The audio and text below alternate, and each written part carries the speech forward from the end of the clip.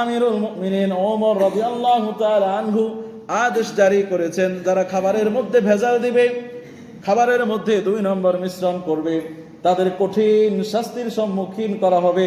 সুতরাং আমি দুধের মধ্যে পানি মিশ্রিত করতে পারবো না। মা বললে, আরে বোকামি, এত রাতের মধ্যে আমাদের আমিরুল মুমিনিন খলিফাতুল মুসলিমিন ওমর রাদিয়াল্লাহু তাআলা আনহু কিভাবে জানবে আমি আর তুমি দুধের মধ্যে পানি মিশ্রণ করছি? মেয়েটা ডাক দিয়ে বলল, ও মা, তুমি ওমরের কথা বলছো, ওমর দেখছে না, কিন্তু ওমরকে যে সৃষ্টি করেছে, তোমাকে যে সৃষ্টি করেছে, আমাকে যে সৃষ্টি করেছে, সেই আল্লাহ পাক রব্বুল আলামিন উপর থেকে তোমার আমার সমস্ত কিছু দেখছে।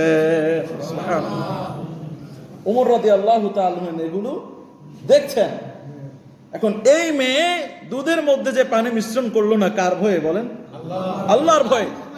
দুধের মধ্যে পানি মিশ্রণ করার সুযোগ আছে না নাই বলেন? আছে। থাকা সত্ত্বেও কার ভয়ে পানি মিশ্রণ করলো না? আল্লাহর ভয়ে। এই যে আল্লাহর ভয়ে আমার একটা গুনাহের কাজ করার সুযোগ ছিল, আমি করলাম না, এটার নামই হলো তাকওয়া। এটার নামই হলো তাকওয়া।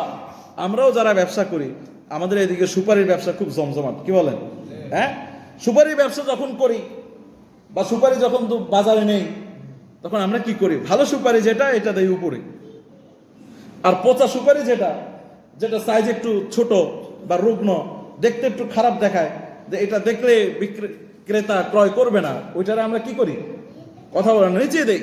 আর ভালো সুপারিটা কোথায় দেই? উপরে দেই। কেন? ভালো বিক্রি হওয়ার জন্য, ঠিক না? আল্লাহকে কি ভয় করলাম বলেন?